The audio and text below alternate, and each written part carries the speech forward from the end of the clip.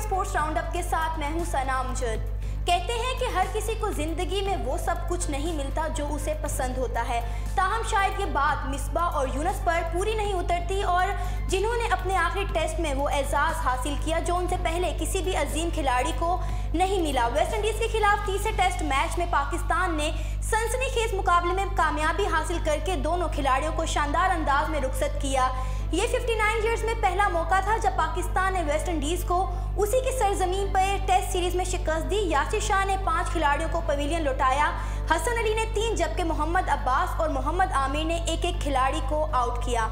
आज के प्रोग्राम में मेरे साथ मौजूद हैं उर्दू पॉइंट के स्पोर्ट्स रिपोर्टर ज़ीशान मेहताब जो कि मुझसे बात करेंगे आज के इस टॉपिक पर। ज़ीशान, मुझे बताइएगा, मिसबाह और यूनुस रुखसत हो रहे हैं, क्या कहेंगे आप इस हवाले से? बिल्कुल, पाकिस्तान की जो टेस्ट क्रिकेट थी वो शायद इन्हीं के दम पे अभी तक चल रही थी और इनके जाने के बाद अब ऐसा महसूस हो रहा है कि हमारी टेस्ट क्रिकेट भी यतीम हो गई है, क्योंकि वनडे और T20 में तो हम पिछले 2 साल से जितना स्ट्रगल कर रहे हैं वो सबके सामने ही है। और वनडे में तो हमें अब ये राले पड़े हुए हैं कि हम क्या वर्ल्ड कप भी अगला जब बराह रास्त खेल पाएंगे कि नहीं।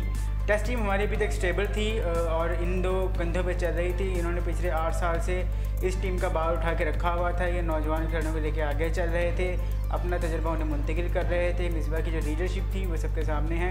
वो उन पर तनकीद की जा सकती है उनकी लीडरशिप पे, लेकिन ओवरऑल जो उनके रिजल्ट्स हैं उस पर कोई 2 राय मौजूद नहीं है। लेकिन अब इनके जाने के बाद अभी देखना है कि ज़ाहिर है इनकी जगह तो कोई पूरा नहीं कर सकता, लेकिन देखना ये होगा कि क्या जो आने वाले हमारे बल्लेबाज हैं उन्होंने इनसे कितना सीखा है। और सबसे इम्पोर्टेंट बात ये है कि जो खिलाड़ी इनके साथ खेले हैं क्या वो इनसे हासिल किया हुआ तजर्बा भी अपने आगे उसी तरह पहुंचाएंगे जिस तरह इन दोनों ने अपना तजर्बा इन खिलाड़ियों तक पहुंचाया। बिल्कुल ज़ीशान, अगर हम मिसबाह की बात करें तो मुझे आज भी याद है 2010 में मिसबाह ने एज आ कप्तान जो है टीम की क़यादत संभाली थी और मिसबाह के आने से पहले जो है टीम में काफ़ी साजिशें होती थी, काफ़ी सियासत होती थी, जिसकी वजह से कभी भी हम जो है अच्छी परफॉर्मेंस नहीं दे पाए। लेकिन मिसबाह के आने के बाद जो है सब कुछ बदल गया। मिसबाह ने एज आ कप्तान जो है बहुत अच्छी तरह से टीम को संभाला। अगर हम बात करें मिसबाह की तो उनमें तमाम की तमाम वो सलाहियतें मौजूद थी जो कि कप्तान में होनी चाहिए। हालांकि वो इंटरनेशनल क्रिकेट में बड़ी देर से आए हैं, वो बहुत ज़्यादा उम्र के थे, लेकिन उसके बावजूद भी जिस तरह से उन्होंने खुद को फिट रखा, मेहनत की, मेरा ख्याल है वो आने वाले बहुत ज़्यादा खिलाड़ियों के लिए और जूनियर्स के लिए एक बहुत अच्छी मिसाल है। बिल्कुल, अगर यहाँ पे ये कहें कि मिसबाह का स्क्रिप्ट जो भी लिखता है वो मतलब बहुत ही ज़बरदस्त होगा, क्योंकि 27 साल की उम्र में उन्होंने टेस्ट डेब्यू किया, 6-7 टेस्ट खेले, फिर चले गए।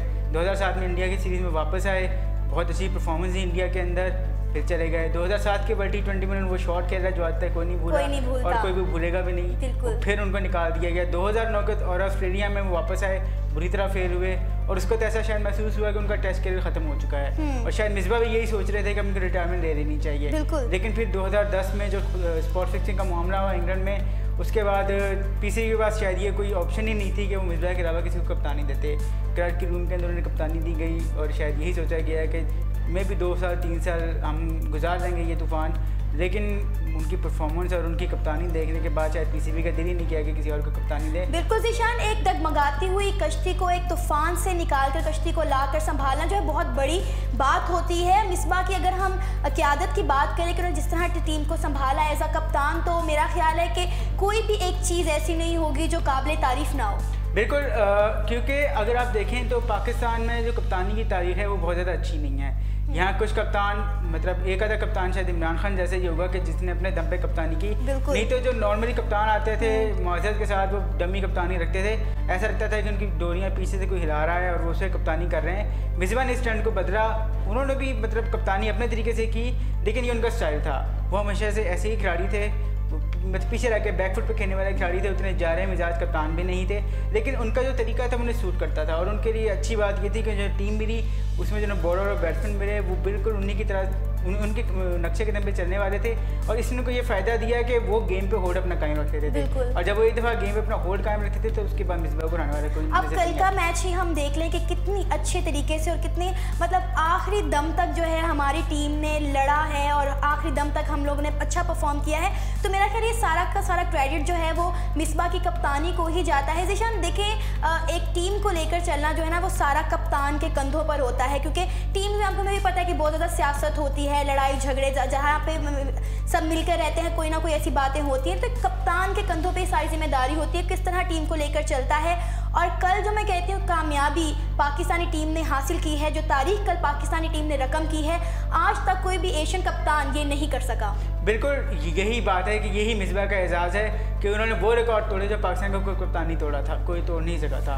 उन्होंने वेस्ट इंडीज़ को वेस्ट इंडीज़ में हराया, उन्होंने इंडिया को वनडे सीरीज़ वहाँ पे हराई इंडिया में, उन्होंने साउथ अफ्रीका को वनडे सीरीज़ साउथ अफ्रीका में हराई जो आज तक कोई एशियाई कप्तान नहीं कर सका, उन्होंने न्यूजीलैंड के अंदर सीरीज़ जीती, उन्होंने मतलब कहाँ गए वो वहाँ पे अपना तारीफ मनवा के, साउथ अफ्रीका में वो हारे, लेकिन खैर हम सब जानते हैं कि साउथ अफ्रीका के अंदर जीतना बहुत आसान बात नहीं, हम इनसे बहुत अच्छी टीमें वहाँ जाके हारी हुई हैं, तो इट डज़न्ट मैटर कि आप वहाँ पे हारे। ऑस्ट्रेलिया में हारे, हमने बहुत ही अच्छी टीमें ऑस्ट्रेलिया भेजी हुई हैं, वो भी नहीं जीत पाई थी, ये कोई एक्सक्यूज़ नहीं है, लेकिन आप उनको इस बारे में नहीं कुछ कह सकते क्योंकि ये काम इनसे पहले बहुत अच्छे खिलाड़ी भी नहीं कर सके थे, तो इसमें मिसबा का उतना बड़ा शायद कसूर नहीं है। हाँ, अगर आप मिसबा की किसी चीज़ पे शायद थोड़ी तनकीद कर सकते हैं तो ये कर सकते हैं मेरे ख्याल में कि वो अपने पीछे के कप्तान छोड़ के नहीं जा रहे।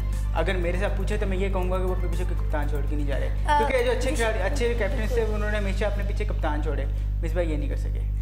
ज़ीशान, मिसबा के साथ साथ यूनुस खान भी जा रहे हैं। यूनुस खान भी एक बहुत अच्छे खिलाड़ी थे और वो भी कल जो है रुखसत हो गए, आखिरी उनका मैच था, और उनके बारे में आप क्या कहेंगे? बिल्कुल, अच्छा, यूनुस खान के बारे में हम ये कह सकते हैं कि उन्होंने ये साबित किया कि सिर्फ टैलेंट कुछ नहीं होता, टैलेंट के जरिए आप शायद 2 साल टीम में रह सकते हैं, लेकिन उसके बाद फिर आपको मेहनत दरकार होती है। बिल्कुल, यूनुस खान ने यही साबित किया कि अगर आप मेहनत करें तो आप वो काम कर सकते हैं जो आपसे बड़े आपसे अच्छे खिलाड़ी नहीं कर पाए। जावेद मियांदाद इंतजाम यूनुस खान से बहुत अच्छे बल्लेबाज थे शायद, लेकिन वो 10,000 टेस्ट रन नहीं कर सके, उनको उससे ज़्यादा टेस्ट खेलने को मिले, वो नहीं कर सके। अगर हम यूनुस खान की बात करें तो यूनुस खान शुरू से ही काफ़ी मसलों का शिकार रहे, उनके बोर्ड से अक्सर लड़ाई झगड़े देखने में आते थे, रोज़ किसी ना किसी खबर में वो होते थे कि यूनुस खान की आज क्रिकेट बोर्ड से ये लड़ाई हो गई, तो ये मसला जो है शुरू हो gया।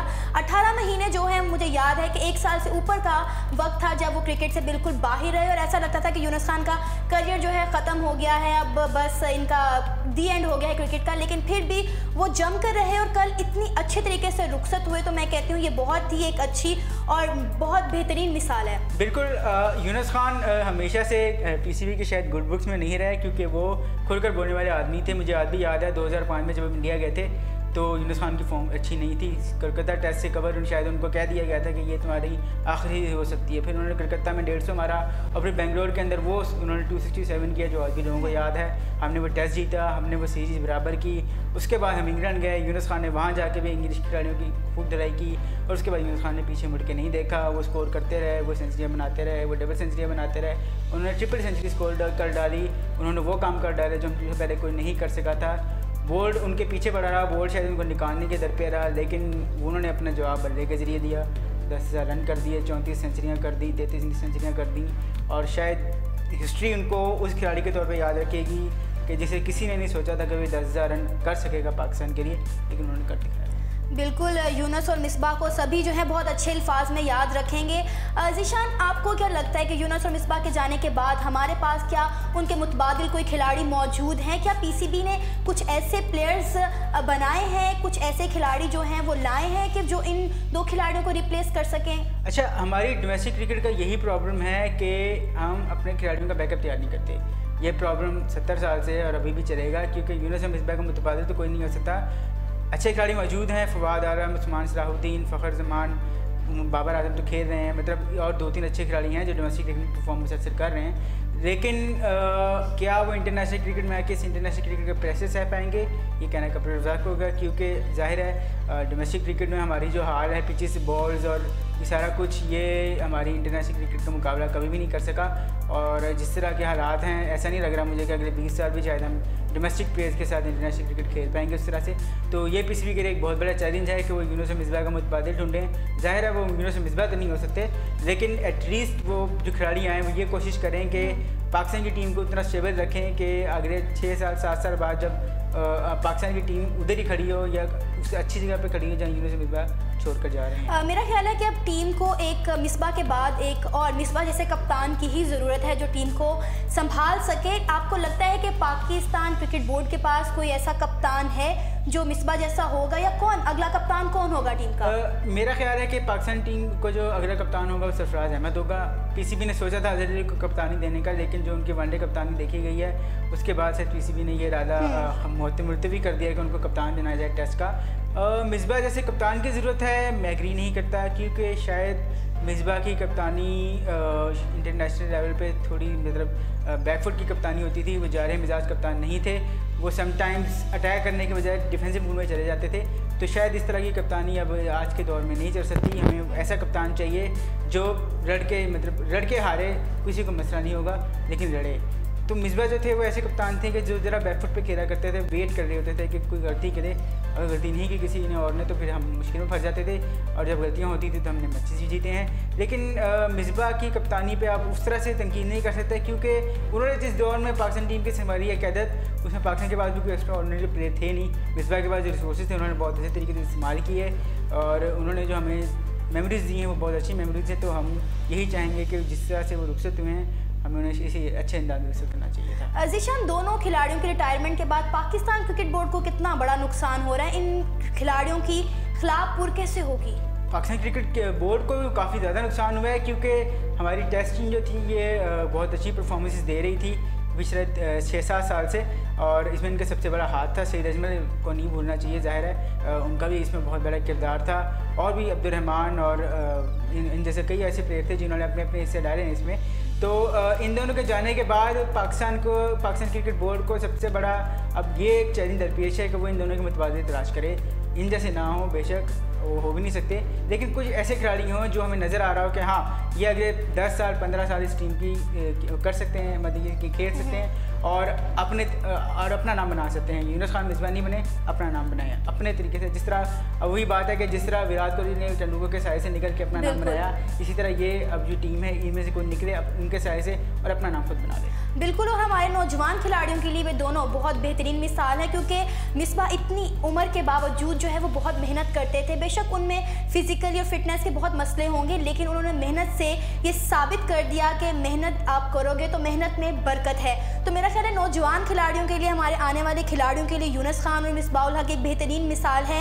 इनसे बहुत कुछ सीखने को मिलता है। आप क्या कहेंगे ज़ीशान इस हवाले से? बिल्कुल, क्योंकि आप ये देखें कि मिसबा और यूनुस खान जो थे, अगर आप देखें तो कुदरती तौर पर उतने टैलेंटेड बल्लेबाज नहीं थे।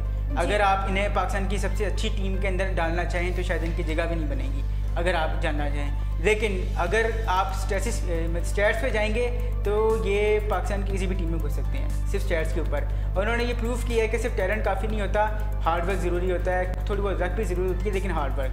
क्योंकि यूनुस खान जो थे वो एक बहुत हार्ड वर्किंग इंसान थे। उनके बारे में मशहूर है कि वो शायद ग्राउंड में सबसे पहले ही दाखिल होते होंगे और सबसे आखिर में निकलते होंगे। और मिसबा ने खैर 42-43 साल की उम्र तक क्रिकेट खेली है, तो इससे आपको साबित होता है कि वो कितने फिट इंसान थे। उन्होंने अपनी फिटनेस बरकरार रखी, उन्होंने अपना जज्बा बरकरार रखा, उन्होंने अपना खेल में इंटरेस्ट बरकरार रखा, और पाकिस्तान को उन्होंने सर्व किया। 6-7 साल कप्तानी की, उससे पहले भी वो इन आउट होते रहे, लेकिन डोमेस्टिक क्रिकेट में परफॉर्म करते रहे, टीम के दरवाजे पर दस्तक देते रहे। यूनुस खान जो थे उनकी बोर्ड से झगड़े जारी थे, उन्होंने उसकी कोई परवाह नहीं की, उन्होंने बल्ले के ज़रिए जवाब दिया, उन्होंने बोर्ड से लड़ाइयाँ दी, वो मतलब कप्तानी से हटाया गया, उनके खिलाफ साजिशें हुई, क्रिकेट बोर्ड ने उन्हें बैन किया, बहुत कुछ हुआ, लेकिन यूनुस खान थे, उन्होंने अपने बल्ले से ही जवाब दिया। जी नाज़रीन, बहुत बहुत शुक्रिया ज़ीशान आपका हमारे प्रोग्राम में आने का और अपनी कीमती राय से आगाह करने का। नाज़रीन, आज के प्रोग्राम में हमने आपने बात की मिसबा और यूनुस खान की रिटायरमेंट पर, और कल जिस शानदार तरीके से उन्होंने पाकिस्तान क्रिकेट बोर्ड के लिए, पूरे पाकिस्तान के लिए एक तारीख रकम की, वो आप सबके सामने है। इसी के साथ सना अमजद को इजाज़त दीजिए, और मज़ीद अपडेट्स जानने के लिए देखते रहिए urdupoint.com।